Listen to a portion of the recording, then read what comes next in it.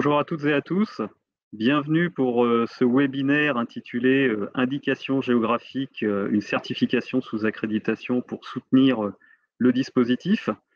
Alors aujourd'hui, nous sommes le 9 juin 2023. Je m'appelle Sébastien Laborde, je suis directeur du service communication du COFRAC. Aujourd'hui, c'est la journée mondiale de l'accréditation, qui est une initiative conjointe d'ILAC et d'IAF, qui sont les deux grandes organisations qui fédèrent les organismes d'accréditation au niveau mondial. Et cette journée vise en fait à promouvoir l'accréditation et ses bénéfices d'une manière générale, que ce soit pour tout un chacun ou pour l'économie en général. Alors l'accréditation, qu'est-ce que c'est? L'accréditation, c'est une activité d'intérêt général qui vise en fait à démontrer la compétence technique et l'impartialité des organismes qui réalisent des missions de contrôle au sens large. Quand on parle d'organismes de contrôle, on va retrouver par exemple les organismes de certification, et je n'utilise pas cet exemple au hasard, comme vous le verrez dans quelques minutes quand on va avoir l'occasion d'échanger avec nos différents intervenants du jour. L'accréditation, très important également à préciser, elle est utilisée dans beaucoup de pays à travers le monde.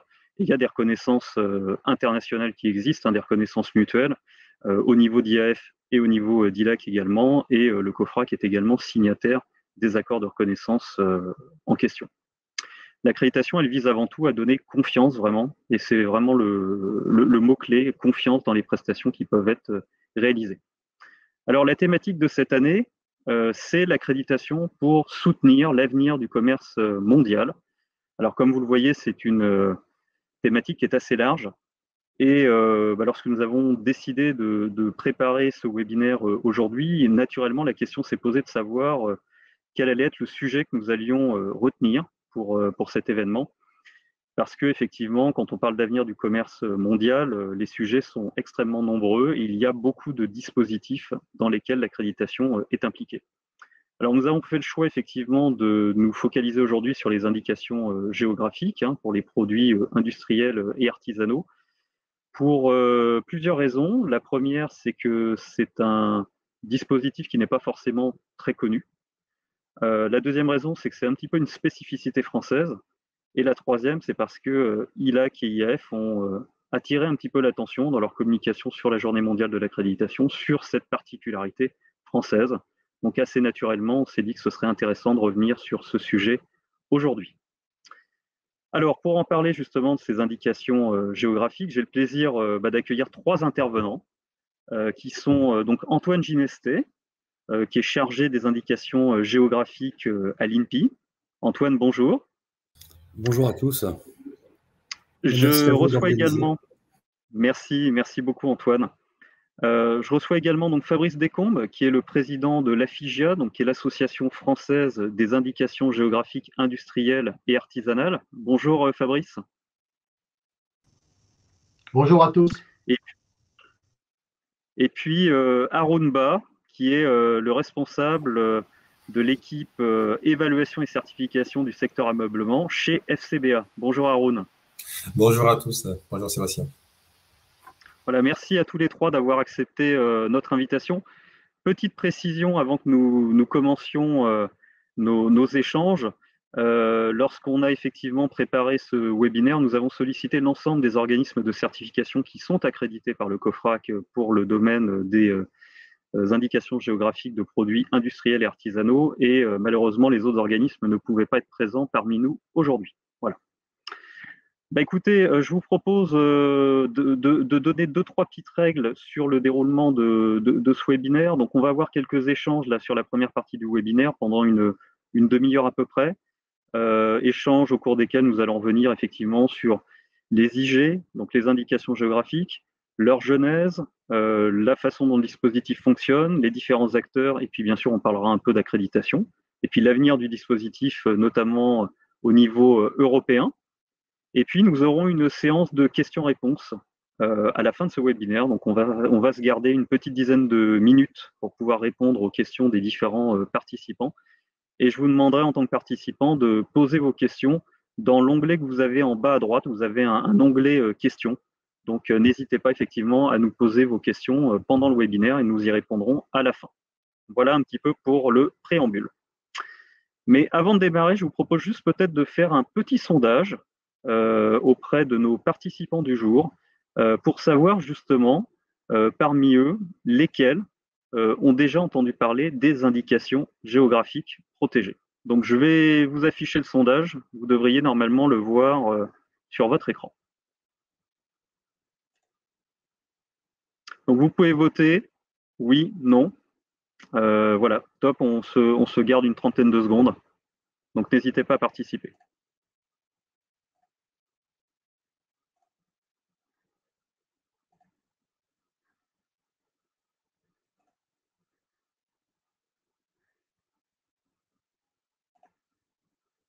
Voilà, je pense que vous le voyez à l'écran normalement.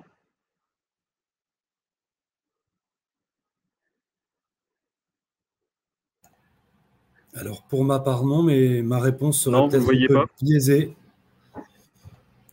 Alors, si vous ne le voyez pas, c'est qu'il n'apparaît peut-être pas. Donc, c'est les aléas du direct. Hein.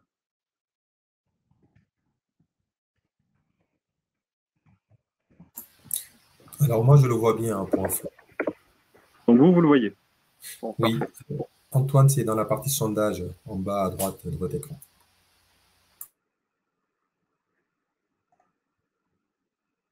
Bon, bah, écoutez, je vous propose qu'on regarde effectivement les résultats. Donc, on a quand même une part importante de nos participants qui ont déjà entendu parler des indications géographiques pour les produits industriels et artisanaux, parce que je vois qu'il y a 76% de personnes qui connaissent déjà, en tout cas, ces indications géographiques. Alors, Antoine, je vais commencer par vous. Justement, qu'est-ce que c'est qu'une indication géographique au juste puisqu'en fait, on se rend compte que finalement, il y a quand même pas mal de gens qui savent ce que c'est, mais moi, à titre personnel, c'est vrai que dans mon entourage, les gens ne connaissent pas forcément ces indications géographiques en particulier, celles dont on va parler aujourd'hui.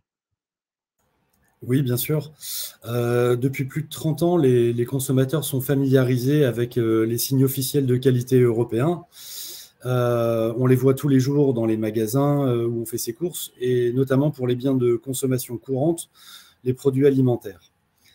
Ce sont des produits avec une typicité et une provenance qui sont affirmées, revendiquées et surtout contrôlées. Et cette qualité est reconnue par un label d'État national et ensuite, dans un second temps, par un label européen qui leur permet d'obtenir une protection à minima européenne, voire mondiale, dans le cadre d'arrangements du traité de l'acte de Genève ou de l'arrangement de Lisbonne. La différence entre les AOP et les IGP, elle est extrêmement simple. Les AOP sont réservés aux produits intégralement produits sur un territoire, exemple les vins de Bourgogne ou le comté. Ce sont des produits qui portent le logo européen étoilé rouge. Les IGP, elles valorisent plutôt le savoir-faire de production, le savoir-faire humain. Par exemple, le jambon de Bayonne, dont les matières premières peuvent provenir de zones qui sont plus larges que le territoire de transformation. Pour l'instant, au niveau européen, les IGP, les AOP sont réservés aux seuls produits agroalimentaires. Côté français, dans les années 2007-2014, et face au succès de ces labels IGP et AOP, nos producteurs industriels et artisanaux ont demandé au pouvoir public l'établissement d'un système comparable pour leurs produits. Il n'y avait aucune raison qu'il y ait une discrimination entre les produits alimentaires et puis des produits artisanaux qui ont parfois une typicité aussi importante, voire supérieure. Ce qui a abouti au vote de la loi consommation en 2014 et les IG industrielles et artisanales étaient nées. La mission d'instruction des demandes et de supervision des contrôles ont été confiées à l'INPI.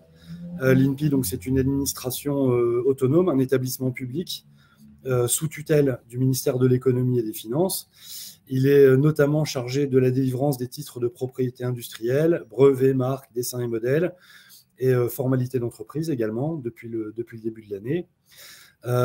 C'est un établissement autonome, c'est-à-dire qu'il est la tutelle que j'ai évoquée concerne les seuls aspects de gestion administrative. L'INPI est complètement indépendant en matière de délivrance des titres, que ce soit les marques, les brevets, les IG, les dessins et modèles. Il ne peut pas recevoir d'instructions politiques. C'est le garant de sa neutralité, de son impartialité et de l'égalité de traitement pour tous les dossiers. au même titre que le COFRAC quand il instruit les demandes d'accréditation des organismes certificateurs. Alors justement, Antoine, quelle a été finalement la raison qui a conduit les pouvoirs publics à mettre en place des indications géographiques pour ces fameux produits industriels et artisanaux? Oui, bien sûr. Très rapidement, et alors sans chauvinisme de mauvais aloi, sont des notions juridiques qui sont des inventions françaises qui remontent au début du XXe siècle. Ça a commencé historiquement avec la crise viticole engendrée par l'épidémie de phylloxéra, qui a engendré une disparition d'une bonne partie du vignoble français, qui l'a décimé. On a eu des tentations de fraude auxquelles certains n'ont pas pu résister pour contrecarrer les baisses de production, avec des mélanges de vins de provenance différentes et évidemment de qualité inférieure. Et pour lutter contre ce phénomène, des producteurs honnêtes, transparents, ont créé les appellations d'origine protégée pour distinguer leurs produits et certifier leur origine. Et c'est la naissance du concept même des contrôles. Tout au long du XXe siècle, le concept a prospéré, il s'est élargi, notamment dans les pays du sud de l'Europe, avec de nombreux produits à forte typicité, en Espagne, en Italie, en Grèce. En 1992, et face à ces succès commerciaux incontestables, que ce soit pour les producteurs ou pour les consommateurs, l'Europe s'est engagée dans la communautarisation du système afin qu'un produit reconnu au niveau d'un pays membre puisse être reconnu sur l'ensemble des États membres de l'Union européenne du fait de la mondialisation et de l'internationalisation des échanges.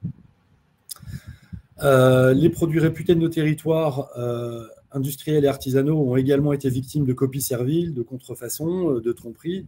Des noms prestigieux, on citera Limoges, l'Aïol, Aubusson, qui sont des gages de qualité avec des entreprises avec un savoir-faire historique incontestable et qui sont porteurs d'un véritable imaginaire auprès des consommateurs, ont été récupérés par les industriels ou des commerçants peu scrupuleux. Et les industriels et les artisans à l'origine des produits authentiques ont donc demandé au pouvoir public l'élargissement des IG aux produits artisanaux pour bénéficier de la même protection et des mêmes retombées que les IG agroalimentaires. Jusqu'à 2014, ils ne pouvaient bénéficier que leur seule possibilité de protection, c'était créer une marque collective avec un règlement d'usage pour essayer de protéger leurs produits. Il y a deux différences de taille entre les marques collectives et puis les indications géographiques. D'une part, c'est un titre uniquement privé. La défense en incombe uniquement au titulaire de la marque, avec des coûts judiciaires, de procédures, de conseils. Alors qu'avec une IG, on implique l'intervention des pouvoirs publics, notamment les douanes et la répression des fraudes. Enfin, deuxième différence, les contrôles, qui sont le corollaire de la qualité, sont au bon vouloir des associations pour les marques collectives, alors qu'elles sont obligatoires dans le cas des indications géographiques. Et pareillement, les spécifications des produits ne sont pas nécessairement publiques. Donc, qu'est-ce que c'est une indication géographique par rapport à une marque collective? C'est un label validé, officialisé par les pouvoirs publics. Et la contrepartie, donc une meilleure transparence pour le consommateur, tout est public.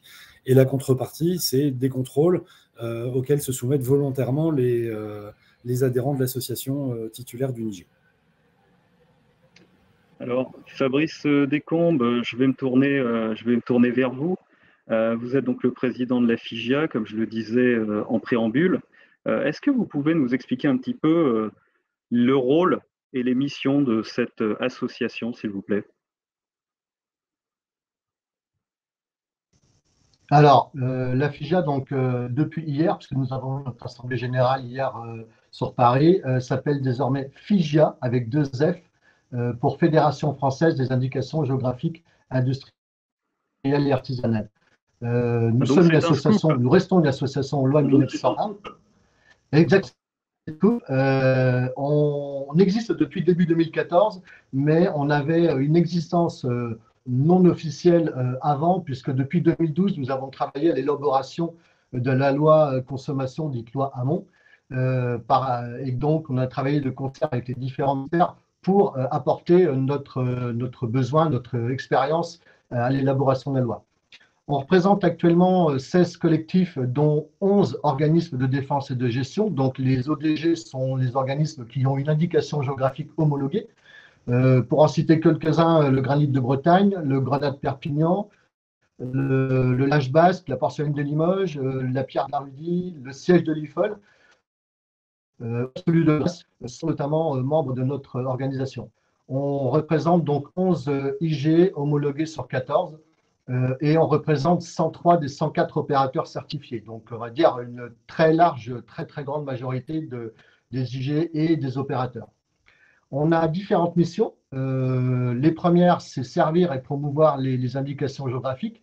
Les filières avec un appui donc, sur les dossiers d'IG en constitution ou un appui une fois que l'IG est homologué, donc un appui sur la partie administration, contrôle.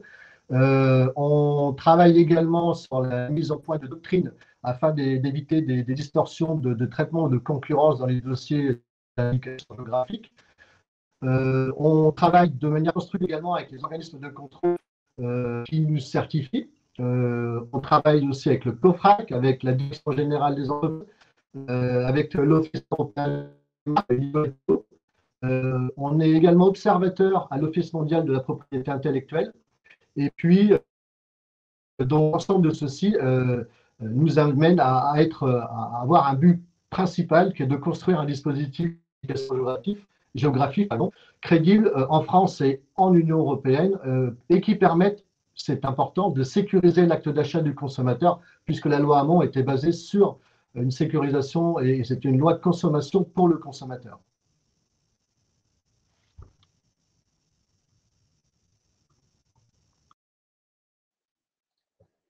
Alors justement, bon, Fabrice, on voit que voilà, c'est un peu les aléas du direct. On a perdu votre vidéo, mais on vous entend toujours, rassurez-vous. Donc nos excuses hein, pour les participants, ce sont un peu les aléas de la technique, on va dire. Alors Fabrice, vous nous parliez effectivement un petit peu de ce dispositif, notamment en France, à l'instant. Est-ce que vous pouvez nous le détailler un petit peu, le dispositif justement qui permet la mise en place de ces indications géographiques? Exactement. Alors, pour effectivement avoir et obtenir une indication géographique, il faut qu'au départ, il y ait un collectif qui soit créé, donc un collectif d'opérateurs, d'entreprises qui vont s'associer et pour devenir, une fois l'indication géographique homologuée, un organisme de défense et de gestion. L'ODG, donc l'organisme de défense et de gestion, doit justifier d'une représentativité en termes d'opérateurs. Il est certain qu'on ne peut pas avoir un ODG qui représenterait quelques opérateurs, on va dire quelques pourcents, il ne serait pas légitime. Donc, représentativité à obtenir pour être légitime. Mais cependant, on sait et on peut considérer qu'un seul opérateur pourrait déposer une demande d'indication géographique s'il était le dernier. Hein, c'est-à-dire qu'il ne reste plus qu'un seul opérateur dans une filière. Il pourrait obtenir l'indication géographique sous réserve de laisser un accès ouvert à tous ceux qui, demain, une fois l'indication homologuée, voudraient le rejoindre donc pour agrandir le collectif. Une fois qu'on a donc un collectif créé, il va réaliser l'établissement du cahier des charges, donc qui contient 12 points listés par la loi. Il va notamment dans ces points, on va retrouver des points cruciaux. Le premier, c'est le nom de l'indication géographique, les différents produits couverts par l'indication géographique, la délimitation de la zone géographique, la qualité, la réputation, le savoir-faire que possède le produit, et puis donc la définition du processus de fabrication et un plan de contrôle. C'est les points les plus importants. Le plan de contrôle, ce dernier, donc lui est rédigé toujours avec l'appui d'un organisme de contrôle puisqu'il répond à une norme et que effectivement l'ODG n'est pas en capacité de le rédiger. L'ODG va rédiger son processus de fabrication et le contrôle va ensuite contrôler le contenu du cahier des charges. Le contrôle va assurer le sérieux et la crédibilité du produit sous IG. C'est vraiment un point qui est peut-être le plus important dans une indication géographique, c'est le plan de contrôle, parce que c'est lui qui garantira demain au consommateur un acte d'achat sécurisé sur un produit de qualité. Une fois que l'ensemble est rédigé, cahier des charges et plan de contrôle, ils sont déposés en ligne donc sur le site de l'INPI. La procédure d'homologation va alors s'enclencher et il y aura différentes étapes qui sont listées par la loi une nouvelle fois et qui permettront d'aboutir au bout de plusieurs mois à une homologation ou pas de l'indication géographique. Alors, en tant qu'AFIGIA, nous, on sensibilise vraiment nos membres sur l'importance d'un équilibre entre les conditions de production et le plan de contrôle. Il faut vraiment qu'il y ait effectivement le plan de contrôle en totalité le processus de production. On est également favorable à tout un travail en amont de préparation, notamment sur des audits à blanc, de manière à ce que le plan de contrôle soit le plus juste possible une fois le cahier des charges déposé.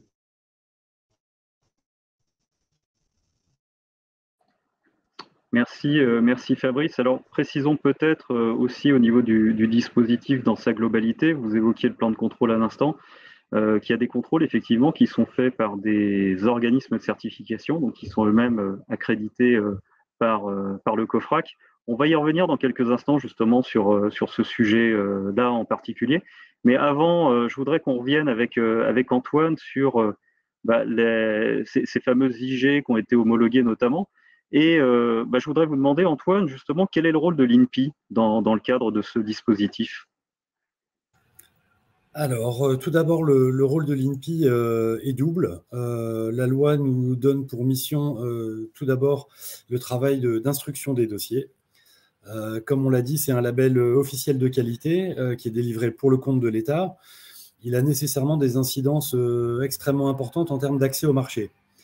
Donc la mission cruciale de l'INPI, c'est de vérifier que les projets qui nous sont soumis n'ont pas pour objet de réserver une dénomination prestigieuse à quelques opérateurs du marché, ce qui pourrait s'apparenter à une tentative de cartélisation. Donc on veille extrêmement attentivement à ce que tous les opérateurs historiques légitimes puissent bénéficier de l'indication géographique. Et la deuxième mission, plus administrative, c'est la supervision des contrôles. Les contrôles sont délégués par la loi à des opérateurs privés ou sélectionnés par les entreprises de l'organisme de défense et de gestion, en général à l'issue d'appels d'offres parfaitement transparents. Et l'INPI a la charge de veiller à ce que ces contrôles soient effectués en temps et en heure et à ce que les opérateurs, donc on est destinataire de tous les rapports d'audit, et les opérateurs doivent également nous transmettre via l'ODG toutes les modifications qui seraient impactantes sur la qualité des produits dès qu'il y a un risque de suspension ou une petite atteinte portée au cahier des charges. 8 ans, presque jour pour jour, après l'entrée en vigueur du dispositif, c'était le 3 juin 2015. 14 IG industrielles et artisanales ont été homologuées. Elles concernent théoriquement près de 150 entreprises. Comme le disait M. Descombes tout à l'heure, c'est 104 entreprises qui ont été certifiées pour le moment, ce qui représente 3600 emplois, souvent en zone rurale, ce qui n'est pas la moindre des choses. Avec un chiffre d'affaires annuel de 300 millions d'euros, dont pour la plupart une bonne part à l'export. Oui, donc on voit effectivement que c'est quand même un dispositif qui n'est pas anodin, à la fois en termes d'emploi et effectivement en termes de chiffre d'affaires. Moi, j'aurais souhaité qu'on donne un petit peu la parole aussi à Haroun pour FCBA, puisqu'on a évoqué effectivement ces contrôles, on a parlé... On a dit qu'il y avait des plans de contrôle, donc on va y revenir. Justement, Haroun, vous représentez FCBA, qui est un organisme qui réalise ces contrôles, puisque FCBA est un organisme de certification. Est-ce que vous pouvez nous en dire un petit peu plus du rôle de FCBA et de ses missions, Haroun? Oui, bien sûr. Sébastien, merci beaucoup de me permettre d'introduire mes propos en expliquant un peu ce qu'est le FCBA. Donc, le FCBA, c'est le centre technique industriel de la filière forêt, bois et ameublement, alors qu'il y a plus de 70 ans d'existence. FCBA a été mis en place après la Seconde Guerre mondiale, dans le cadre de la reconstruction globale de la France. L'Institut a pour mission de promouvoir le progrès technique. On intervient dans beaucoup de travaux en R&D en France, en Europe surtout, mais aussi de plus en plus à l'international. FCBA a aussi un rôle de participer à l'amélioration du rendement et de garantir la qualité dans l'industrie, dont le processus de certification, qui va être détaillé un peu plus tout à l'heure. Son champ d'action couvre l'ensemble de la filière forêt-bois et ameublement, comme je le disais. Pour donner des exemples un peu plus précis, il s'agit du secteur ou du domaine de la sylviculture, de l'exploitation forestière, de la scierie, pâte à papier, production de panneaux dérivés du bois, donc tout ce qui tourne autour de ce qu'on appelle communément dans la filière la première et la seconde transformation, mais aussi on intervient sur la partie construction avec l'argumentation de tout ce qui concerne les produits de charpente, la menuiserie, l'ameublement évidemment, emballage et toute autre famille de produits similaires. Donc vous voyez que ça couvre un spectre assez large de la filière forêt-bois, donc de l'amont, de la plantation de graines dans nos forêts jusqu'à l'utilisation du bois dans les marchés finaux. Donc, vous l'avez rappelé, hein, FCBA est accrédité par le COFRAC. Alors, depuis plusieurs décennies, donc on a un peu l'habitude de tous ces process. En tant qu'organisme certificateur dans le domaine réglementaire, parce qu'on l'est aussi, tout ce qui tourne autour du marquage CE, RPC, mais aussi de la certification volontaire. FCBA délivre des certifications au titre de notre marque qui nous est propre, la marque CTB, mais aussi par mandatement de l'AFNOR. Donc, l'AFNOR nous mandate pour qu'on puisse délivrer la marque NF. Donc, évidemment, FCBA est également un organisme certificateur qui intervient pour le compte de certifications ou de labels appartenant à d'autres organisations en dehors de nos marques propres et de l'AFNOR. On peut citer l'exemple du PEFC ou du FSC, donc, qui sont des marques plutôt internationales hein, qui contribuent à mieux fiabiliser la traçabilité du bois avec les questions qui tournent autour de la ressource forestière aujourd'hui. On intervient aussi sur d'autres marques telles que Origine France Garantie, Bois des Alpes et évidemment le sujet qui nous concerne aujourd'hui, l'IG siège de l'IFOL. Donc à ce jour, hein, FCBA gère 44 certifications de qualité, délivre plus de 3500 certificats à environ 2300 entreprises. Donc voilà un peu le topo pour FCBA. Merci Haroun. Est-ce que vous pouvez revenir un petit peu, peut-être en quelques mots, sur le rôle justement d'un organisme comme FCBA dans le cadre du dispositif justement des indications géographiques? Oui, bien sûr, bien sûr. Donc, en tant qu'organisme certificateur, on a dans notre portée d'accréditation le label IG siège de l'IFOL, ça a été évoqué tout à l'heure parmi les IG. Ce label valorise les techniques spécifiques, hein, indissociables d'un savoir-faire séculaire pour la fabrication, pour une fabrication 100% locale de sièges et de meubles d'excellence, dans le respect de la tradition lifoloise, hein, comme le nom du label l'indique. Les produits qui sont concernés sont les sièges, les fauteuils, les canapés et d'autres familles, d'autres produits dans la même famille. Alors, permettez-moi de rappeler rapidement que quand on parle de certification, d'une marque de certification, pour dire le nom dans sa complétude, c'est la caution technique la plus élevée qui puisse être apportée, qui puisse être donnée à un produit par un organisme indépendant. C'est aussi un engagement volontaire hein, des fabricants pour apporter la preuve de la qualité et de la fiabilité de leurs produits basé sur le respect d'un référentiel clairement établi. Tout à l'heure, Fabrice l'a dit, hein, il y a la notion de transparence est très, très importante dans ces processus-là. FCBA réalise donc des audits, hein, si on prend le cas des IG, des audits annuels dans les entreprises suivant ce référentiel, ce qui inclut des exigences, si je donne quelques exemples de sourcing, par exemple, de la matière première, de formation du personnel. Est-ce que le personnel est assez bien formé pour réaliser le travail qui est attendu selon le référentiel? Un contrôle est réalisé sur les produits finis et bien entendu, FCBA en tant qu'organisme certificateur valide que l'entreprise est bien dotée du savoir-faire permettant de créer ces meubles de style, si je reprends l'exemple des sièges de l'IFOL. Alors, qu'est-ce qui a conduit justement FCBA à se positionner comme organisme certificateur, Haroun, dans le domaine des IG, justement? Oui, c'est une question très importante parce que, évidemment, tout à l'heure, ça a été rappelé, FCBA fait figure un peu d'exception dans ce domaine par rapport aux marques qu'on gère habituellement. Donc, je rappelle, hein, FCBA est vraiment le centre technique industriel de la filière en France, dont les missions sont aussi, entre autres, de garantir la qualité des produits, à travers, par exemple, le savoir-faire pour le cas des sièges de l'IFOL. Donc, il est tout naturel, hein, j'ai envie de dire que FCBA se positionne dans le domaine des IG. Alors, cela dit, ce n'est pas la seule raison. Je m'explique. Évidemment, il y a une orientation aussi marché. Le positionnement du FCBA sur les IG permet aussi à l'Institut de répondre à une demande des consommateurs. L'historique a été rappelé depuis la mise en place de ces IG pour les produits non alimentaires. Il y a une demande qui existe, qui est en face. Donc, on essaie de répondre à cette demande sur les IG.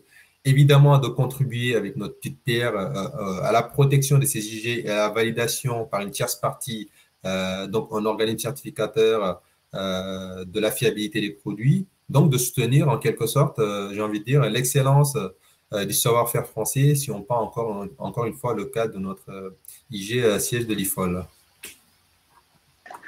Alors, on parlait tout à l'heure effectivement des fameux cahiers des charges hein, qui font l'objet d'homologation pour les IG.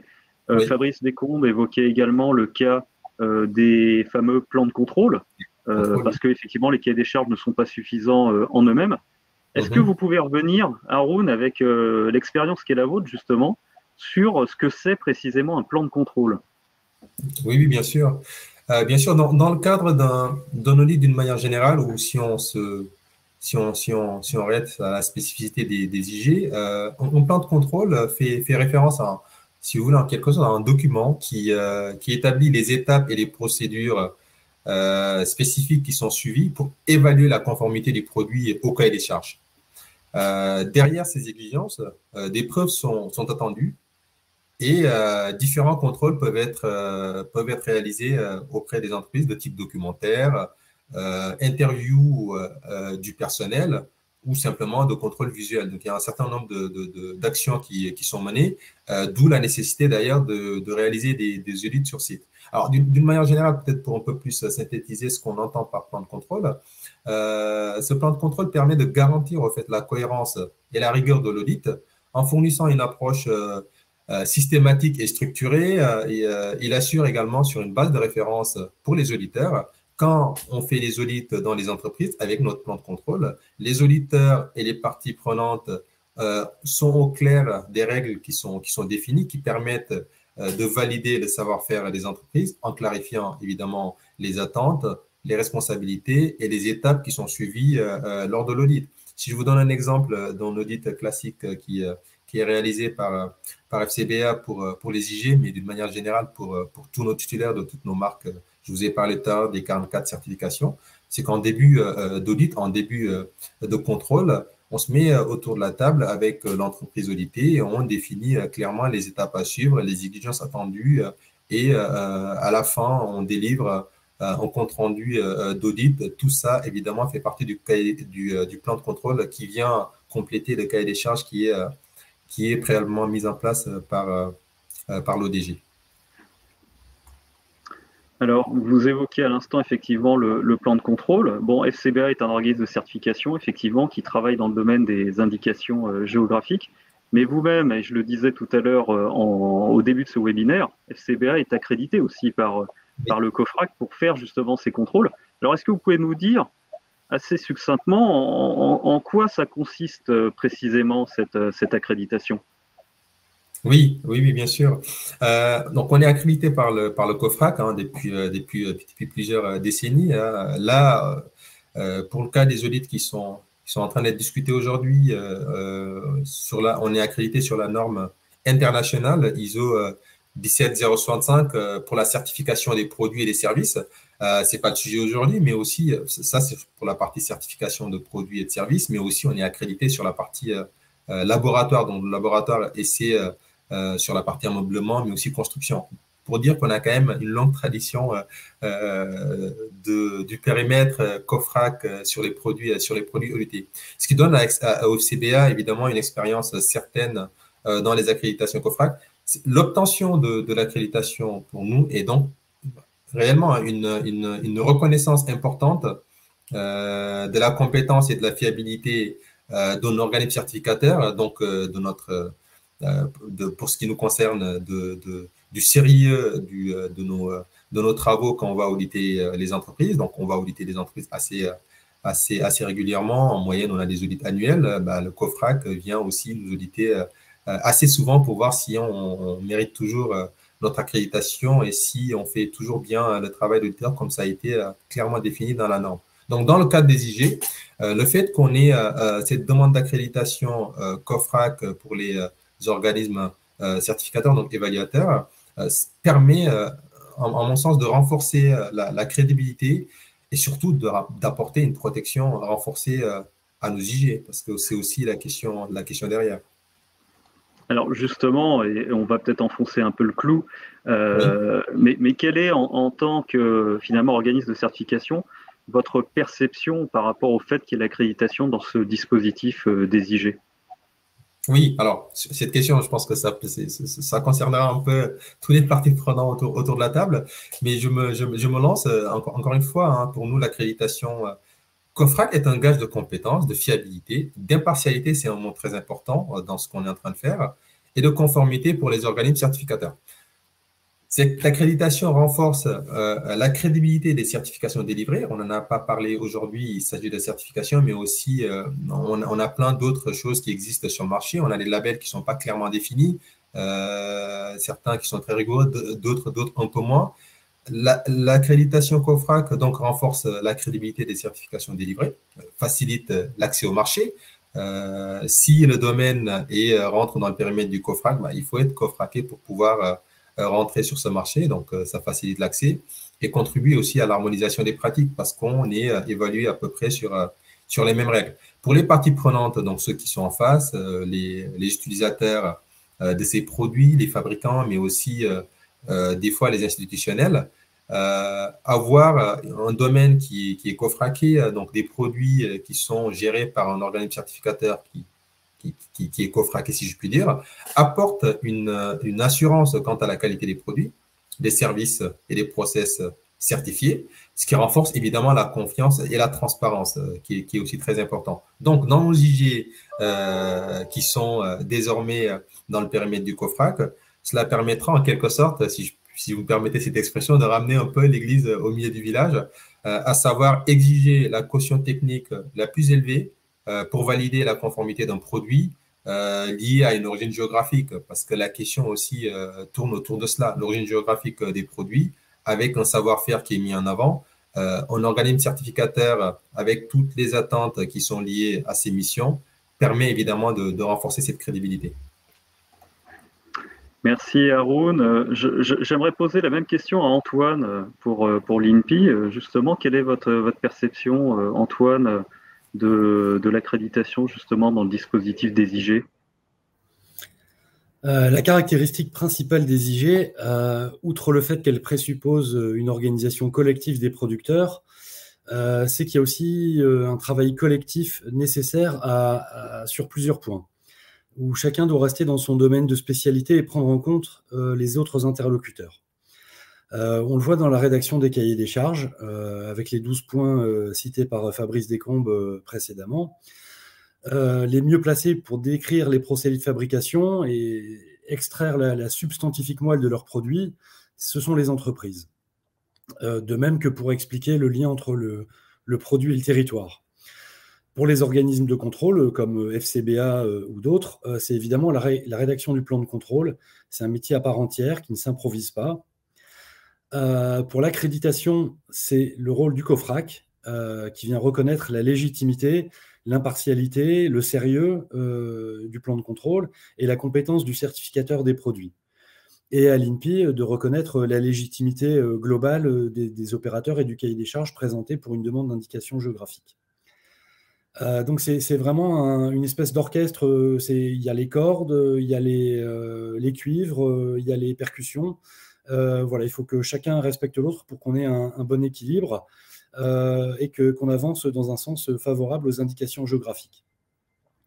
Alors si à contrario, on imagine un dispositif sans accréditation des organismes de contrôle, des certificateurs de produits, les risques ils sont évidents. On aura un nivellement par le bas avec des plans de contrôle qui vont être lacunaires et des contrôles qui sont menés par des organismes sélectionnés par les producteurs parce qu'ils auront éventuellement une offre minimaliste plus que pour leurs compétences. Et le danger, c'est vraiment le nivellement par le bas des contrôles, et c'est tout le dispositif IG qui se trouve fragilisé, et à la fin, c'est le consommateur qui va se trouver floué. Donc on souhaite vraiment éviter ça. Pour l'instant, le dispositif français, il est parfaitement solide. Je tiens à rappeler que la fréquence des contrôles des IG industriels et artisanales dans les entreprises, elle est largement supérieure à celle de ce qui se pratique pour les IG agroalimentaires. Et je crois que tout le monde, producteurs, organismes de défense et de gestion, organismes de contrôle, tout le monde a joué le jeu de la qualité dans l'attente du règlement européen. Merci, merci Antoine. Alors Fabrice, peut-être également une réaction. Vous souhaitez peut-être ajouter un mot sur ce point? Oui, oui, tout à fait. Alors, moi, j'ai la chance, en plus d'être le président de la Fédération des indications géographiques françaises, d'être en même temps opérateur et donc d'être certifié indication géographique Pierre de Bourgogne. À ce titre, effectivement, la certification pour moi et pour les opérateurs en général qui sont certifiés, c'est qu'une certification par accréditation, c'est la meilleure protection possible pour le consommateur. Il n'y a pas au-delà. C'est vraiment le summum de ce que l'on pourra avoir en termes de protection. Et d'ailleurs, c'est un dispositif de politique publique, puisque l'accréditation est demandée par l'État, effectivement. Donc, si un contrôle est réglé de manière sérieuse par l'organisme de contrôle et le DG, le DG Fabrice, va effectivement régler. Oui. Ouais, excusez-moi Fabrice, on ne vous entend pas très bien. Vous m'entendez mieux? C'est un peu Est-ce que vous métallique. m'entendez mieux? Réessayez. Oui, là c'est mieux. C'est mieux? Donc je disais qu'effectivement, si le plan de contrôle et le cahier des charges sont rédigés de manière sérieuse par l'ODG et par l'OC, on aura donc une intégralité des points qui vont être contrôlés, qui seront une garantie pour le consommateur. Mais ceci, ça repose uniquement sur le fait que le cahier des charges doit être écrit de manière sérieuse et que le plan de contrôle doit être, lui, reprendre l'intégralité de ce qui est demandé dans le cahier des charges. Les plans de contrôle vérifient ce que le cahier des charges va écrire. Moi, en tant qu'opérateur, je suis donc des audits tous les ans menés par un OC et le non-respect d'un cahier des charges peut entraîner la perte de la certification. C'est quelque chose qui n'est pas acquis. Tous les ans, on remet en question notre certification et tous les ans, on peut la perdre. Et avoir à côté de nous, effectivement, un organisme de contrôle qui est accrédité, ça apporte un grand gage au dispositif des IG de qualité et de sérieux et toujours cette garantie pour le consommateur. Merci, merci Fabrice. Alors, je le disais au début du webinaire, on a effectivement la France qui est un petit peu précurseur sur le sujet des indications géographiques. Mais Antoine, vous allez peut-être pouvoir nous en dire davantage sur un petit peu les dispositifs qui peuvent exister à l'étranger. Parce que comment les choses se passent finalement ailleurs qu'en France sur ces histoires d'indications géographiques? Et est-ce qu'il y a des choses qui existent? Oui, bien sûr. L'histoire des IG, globalement, c'est l'histoire d'une expansion continue. On l'a vu tout à l'heure. Elles sont nées en France au tout début du XXe siècle. À l'heure actuelle, même s'il existe toujours quelques pays, principalement avec une tradition très libérale de droit anglo-saxon, marquée par l'influence du droit des marques, qui se méfie un peu structurellement de l'intervention publique. On citera les États-Unis et les pays scandinaves, par exemple. La plupart des pays, qu'ils soient européens, au Maghreb, en Asie, en Amérique du Sud, partagent tous un grand intérêt pour ce système, pour lutter contre les effets pervers de la mondialisation et rendre aux producteurs légitimes le nom qu'ils sont les seuls à pouvoir utiliser de bonne foi. Pour ne parler que de l'Europe, le Portugal ou la Hongrie ont de longue date des systèmes d'IG pour les produits artisanaux. À côté de cela, il existe aussi en Allemagne, en Italie, des lois spécifiques qui reconnaissent certains produits, par exemple les couteaux de Zollingen. Et on va avoir un début d'harmonisation qui demandera encore quelques étapes, avec l'entrée en vigueur d'un règlement européen dans les mois à venir. Alors justement, on évoquait le côté un peu précurseur de la France. J'imagine qu'il y a des discussions assez animées peut-être au niveau européen sur ces sujets d'indication géographique pour les produits industriels et artisanaux. Qu'est-ce que vous pouvez nous en dire justement, Antoine, à ce sujet?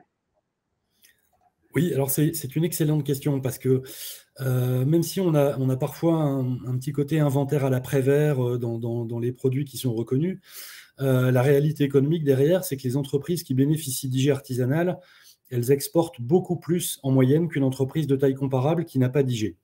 Parce que l'IG, c'est clairement un marché de niche, c'est un savoir-faire séculaire et c'est valoriser une réputation internationale. Ce qui est le bénéfice du savoir-faire et de la réputation de ces produits. Pour un certain nombre de filières, Limoges, l'Aïol par exemple, en fonction des entreprises, on est entre 50 et 80% de chiffre d'affaires à l'export, ce qui fait rêver bon nombre de patrons de PME, dont c'est souvent une fragilité un peu structurelle en France par rapport aux PME de taille comparable en Allemagne. On comprend donc immédiatement l'importance d'une protection internationale. À l'heure actuelle, une protection nationale, ça n'est qu'un pis-aller. Alors évidemment, une loi française ne peut emporter de conséquences que sur le territoire national. Donc les pouvoirs publics, aussi l'INPI, on a fait énormément de lobbying depuis l'entrée en vigueur du dispositif pour travailler vers une communautarisation du dispositif pour que nos produits et nos filières industrielles et artisanales puissent bénéficier de la même portée de protection que les IGP ou AOP agroalimentaires dont on parlait au début. La Commission européenne, elle a évidemment observé attentivement ce qui se passait en France. On a un système qui est le plus récent, qui reste assez moderne. On essaie de le garder simple et efficace au maximum. On a souvent été consulté sur l'éventuelle extension. Hein, ça a duré longtemps depuis 2013-2014. On a directement participé à la rédaction du règlement européen en apportant notre retour d'expérience. On a également parfaitement collaboré avec nos collègues du ministère de l'Agriculture et de l'INAO qui sont en charge des IG agroalimentaires parce que les deux systèmes doivent rester parfaitement cohérents hein, pour le consommateur. Il ne doit pas être perdu entre un système qui serait plus fragile qu'un autre et un autre qui serait beaucoup plus exigeant, notamment vis-à-vis des contrôles. Alors cette question des contrôles, c'est notre principal point d'attention sur le projet de règlement européen. La Commission a fait un travail politico-juridique. Hein, son but, c'était vraiment elle a été contrainte un petit peu de faire le grand écart pour trouver un compromis politique. Et là, on est beaucoup plus dans le politique, rendre un projet de règlement acceptable. Et ce projet de règlement, pour l'instant, il laisse la possibilité aux États membres de se contenter d'un système d'autodéclaration de conformité des entreprises. Ce qui veut dire que les entreprises françaises, elles auront toujours une IG extrêmement qualitative avec les contrôles menés par des organismes certificateurs cofraqués, comme disait Haroun. Mais pour les États membres qui sont moins favorables aux indications géographiques, ils peuvent se contenter d'un système d'autodéclaration de conformité des entreprises. C'est, à mon sens, et au sens de l'INPI et des pouvoirs publics français, totalement contraire au concept même d'indication géographique, où les contrôles volontaires par un organisme tiers sont le corollaire de la reconnaissance des pouvoirs publics.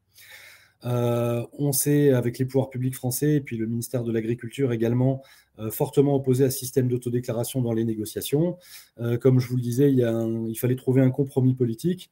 En gros, le choix, c'était soit une reconnaissance pour les IG qualitatives françaises en laissant la part de responsabilité aux autres États membres, pour ceux qui se disent un système d'autodéclaration suffira bien. On a évité le pire parce qu'initialement, le système était laissé au choix des entreprises. Et il y a fort à parier que certaines auraient été tentées de céder à la facilité, de se dire pourquoi m'infliger des contrôles payants pour une qualité supérieure alors que je peux me contenter d'une autodéclaration, comme le feront certaines entreprises d'autres pays sur des produits parfois similaires. Mais les entreprises, la Fédération française des IG et puis les organismes certificateurs aussi, on ne veut absolument pas d'un système d'IG au rabais. Il doit y avoir une forte cohérence avec les IG agroalimentaires et on ne perd pas de vue cet objectif. Ça implique aussi le maintien d'une délivrance nationale en premier lieu. Le pays d'origine Ça me semble à l'évidence l'échelon pertinent, hein. On parlait à une époque du principe de subsidiarité pour évaluer la pertinence, la légitimité d'une demande. On connaît les produits, on est des spécialistes nationaux, on connaît les enjeux locaux, les enjeux nationaux, on finit par connaître les associations et la vision d'un produit qu'elles peuvent présenter. Personnellement, je me verrais très mal, comme mes collègues de l'Office européen des marques, instruire au premier niveau des demandes émanant d'autres pays, que ce soit la Lituanie ou le Portugal. J'estime que je ne serais pas légitime et j'aurais beaucoup plus de mal à appréhender la structuration fine de la filière. Et enfin, pour finir, les bonnes nouvelles, c'est que ce projet de règlement sera soumis au vote du Parlement européen en assemblée plénière le 11 septembre. Hein. La Commission a fait un bel effort pour avancer relativement vite. Hein. Les premiers projets sont sortis en avril 2022. Il entrera en vigueur 2 ans après sa publication, qui devrait intervenir d'ici la fin de l'année.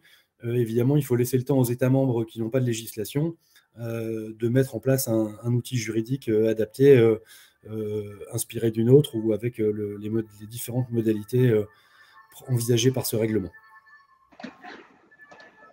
Alors, Fabrice, pour la FIGIA, je voulais vous demander aussi, vous avez aussi des actions, vous, au niveau européen. Quelles sont-elles aujourd'hui? Alors, la FIGIA, depuis son origine, depuis sa création en 2014, a toujours intégré l'extension de la protection des données à l'échelle européenne et même au-delà, puisque, comme l'a rappelé Antoine Ginestet, nos opérateurs exportent pour certains de manière massive. Donc, c'était quelque chose qui était une nécessité absolue. Les travaux se sont accélérés fin 2021, début 2022, lors de la présidence française de l'Union européenne notamment, où on a eu un coup de boost de par une intervention du commissaire Thierry Breton, qui a intégré dans la feuille de route de manière forte la présence des indications géographiques. Nous, effectivement, déjà avant, mais encore plus en 2022, on s'est mobilisé avec les régions européennes au travers de l'AREPO notamment, avec différents parlementaires européens. On a travaillé également de concert avec des partenaires professionnels européens que sont le World Trade Council Europe ou CRT au Portugal, ou les Pierres de Wallonie en Belgique, pour ne citer que. On a travaillé également de manière constructive avec la DG Gros et la DG Trade donc, de la Commission, et également avec l'EULPO pour qu'on ait un règlement européen de qualité, même si effectivement la mouture qui va sortir ne sera pas parfaite, on en est totalement conscient, mais on a réussi à faire porter quand même on va dire, un maximum de revendications et surtout on a réussi à faire que l'ensemble des professionnels européens acceptent une version qui n'est pas parfaite, mais qui aura le mérite d'exister effectivement prochainement en 2024 et qui permettra de mettre enfin en place un système de protection européen pour les indications géographiques. Effectivement, comme l'a rappelé Antoine Ginestet, il y aura différents niveaux d'instruction qui seront menés, notamment, alors on l'a eu confirmation qu'il y aura un niveau national, que d'abord les IG, on va dire pour parler de la France, seront enregistrés, effectivement, seront reçus par l'INPI, et qu'ensuite la phase d'instruction et d'homologation sera transmise à l'EULPO. On a également eu confirmation que le projet de loi contient effectivement un autocontrôle pour l'ensemble des pays européens, mais que chaque pays, chaque État membre a la possibilité de conserver ce qu'il a en place. Et donc, on a eu confirmation également hier lors de notre Assemblée générale que la France conservera son principe de certification par accréditation et ne régressera pas en adoptant un principe d'autocontrôle. On sait par expérience, pour l'avoir vécu dans le domaine agricole, qu'au fil des années, la loi va être améliorée, c'est certain. On va y travailler effectivement, nous, dès maintenant. On va se préparer dès maintenant également à l'extension des activités de gestion de nos IG à l'échelle européenne, parce que indirectement, la loi européenne devra être retranscrite dans la loi française. Et donc, on va travailler dès maintenant à ce que la loi soit encore meilleure qu'elle n'était jusqu'à présent. Donc on voit que vous avez effectivement des perspectives qui sont intéressantes pour les IG, notamment au niveau européen. Alors peut-être un petit mot de conclusion, messieurs.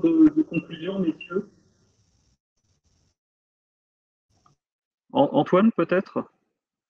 Vous voulez dire quelque chose, quelques mots en conclusion de ce webinaire? Je suis désolé, on a un petit peu dépassé le temps qui nous était alloué. On aura une question après qui nous a été posée, qu'on prendra et on répondra en direct. Oui, c'est souvent le cas, dépasser le temps quand on a des sujets un peu passionnants. Très rapidement, je voudrais rappeler qu'une IG, c'est une protection qui est largement supérieure à une marque. Elle est étendue à l'évocation et en plus, on a l'association des services répressifs de l'État qui viennent au soutien de l'intérêt public qu'incarne l'indication géographique.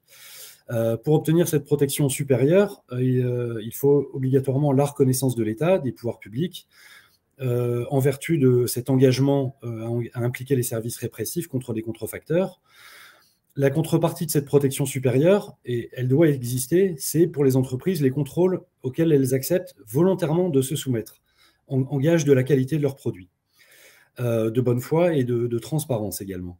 Et pour que ces contrôles soient convaincants, pour revenir au cœur du sujet de ce séminaire, pour que ces contrôles soient rassurants pour le consommateur, il faut que ce soit une autorité spécialisée qui les légitime, et qui viennent attester de la compétence, de l'impartialité des organismes de contrôle.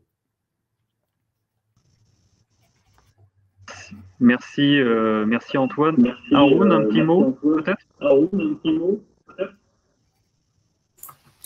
Oui, bien sûr, rapidement, même si la conclusion d'Antoine couvre bien tout le champ. Peut-être juste rappeler, ça a beaucoup été dit dans ce webinaire, l'importance du COFRAC dans ce dispositif, même si il convient quand même de souligner et d'observer qu'on a une moindre publicité sur les IG par rapport aux autres marques de certification et de labels. Ça a été aussi rappelé. Donc, il conviendrait évidemment d'appuyer la communication sur les IG et d'en faire la promotion comme c'est fait ici dans ce webinaire et contribuer ainsi à leur développement. Enfin, en tout cas, du côté de FCBA, on est pleinement impliqué pour répondre favorablement à ces demandes de l'industrie. Merci. Fabrice, un petit mot de conclusion peut-être de votre côté? Oui, on a la chance en France de pouvoir bénéficier d'un dispositif de certification par accréditation, ce qui est un gage de sérieux pour l'indication géographique qui est homologuée. Ça peut être contraignant pour les opérateurs, dont je suis, ou pour l'ODG de manière administrative, mais c'est une sécurité maximale pour le consommateur. Aujourd'hui, je pense que personne en France ne souhaiterait revenir à un système par inspection qui était au tout début prévu dans la loi. Et je pense qu'on est tous fiers, effectivement, et on défend avec force le fait que les opérateurs soient certifiés par un organisme accrédité par le COFRAC. Bien, merci messieurs. C'était un vrai plaisir d'avoir ces échanges avec vous ce matin. Alors, on a une question qui nous est posée dans le chat et qui concerne effectivement ce que vous évoquiez tout à l'heure avec la loi Hamon, puisque la question qui nous est posée, c'est comment va s'articuler le dispositif loi Hamon avec le nouveau règlement européen qui repose sur un système d'autodéclaration? Alors, je peux peut-être entamer la réponse. Alors, on ne peut pas tout à fait dire que le règlement européen repose sur un système d'autodéclaration. Le choix du système de contrôle est laissé à la latitude des États membres. Et en fait, on a déjà abordé la réponse à cette question. En France, il a été hors de question, et c'était vraiment une de nos lignes rouges lors de nos négociations politiques et lors de la rédaction du règlement. Il était hors de question d'accepter un système d'autodéclaration, ne serait-ce que par respect pour les IG agroalimentaires et tout le travail qui a été fait depuis un siècle sur ce sujet. En gros, le schéma va rester à peu près similaire du côté français. Il y aura des adaptations fines. On supprimera... on a pour l'instant une phase d'enquête publique. C'est la phase publique de communication à tout le monde du cahier des charges. N'importe qui peut s'exprimer. Le règlement européen dit clairement que ça sera la possibilité d'expression sera réservée aux opérateurs qui justifient d'un intérêt pour agir. Donc ça va écrémer un certain nombre d'avis de consommateurs qui, on l'a vu d'expérience, sont souvent peu éclairés, peu pertinents. Parfois ils se trompent de dossier, ils confondent, et c'est souvent des cris du cœur, mais c'est des observations qui sont assez peu documentées. Donc on va gagner un petit peu en efficience de ce côté-là. Une fois que alors c'est pas une simple phase d'instruction nationale comme le disait Fabrice Descombes tout à l'heure, c'est une reconnaissance, une homologation nationale, et après on transmettra l'autorité française compétente, l'INPI, transmettra le dossier quand il aura été reconnu au niveau national à l'Office européen des marques à Alicante, qui lui le soumettra à une procédure d'opposition qui sera réservée aux pays tiers et aux opérateurs des pays tiers. Donc, on pourra plus s'exprimer au niveau et aux pays des États membres de l'Union européenne, mais les contestations qui ont été d'origine française, qui ont été formalisées pendant la première phase d'opposition menée par l'INPI ne seront plus possibles, pour éviter évidemment la surabondance et la répétition d'arguments. Merci, merci Antoine pour cette réponse très claire. Bah, écoutez, alors on a une deuxième question. Et je vous propose qu'on s'arrête après celle-ci. Deuxième question qui nous est posée.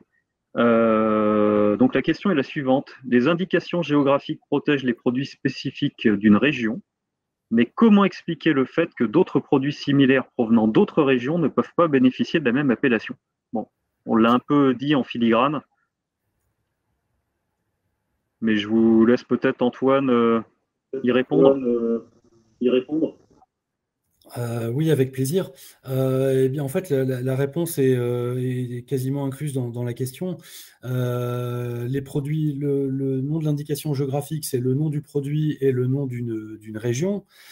Donc, il me semble parfaitement légitime que des produits similaires qui proviennent d'autres régions ne puissent pas usurper le nom d'une région dont elles ne proviennent pas.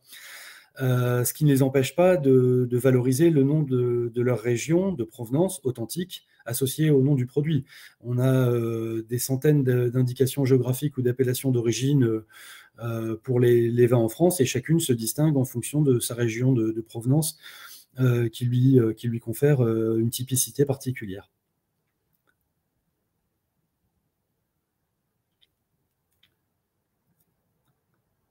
Il faut que je réactive le micro. Messieurs, merci encore beaucoup pour votre participation à ce webinaire. Merci à tous les participants qui sont restés malgré effectivement le dépassement que nous avons eu ce matin. Et bien écoutez, si ce type de manifestation vous a plu, je pense qu'on aura l'occasion de réitérer ce genre d'événement pour une prochaine journée mondiale de l'accréditation. En tout cas, merci beaucoup messieurs à nouveau pour votre participation. Et ravi d'avoir pu faire la promotion de l'accréditation et des IG ce matin. Merci beaucoup. Merci Sébastien, merci au COFRAC et merci à tous les participants d'avoir assisté. Je pense qu'on aura l'occasion de reparler de ce sujet qui évolue à grande vitesse, notamment dans les mois à venir. À bientôt, j'espère. Et puis, voilà, à bientôt. Et vous aurez pour les participants accès au replay, bien évidemment, dans les minutes qui vont suivre. Encore merci à tous et très bonne journée à tous. Merci, au revoir. Merci, au revoir.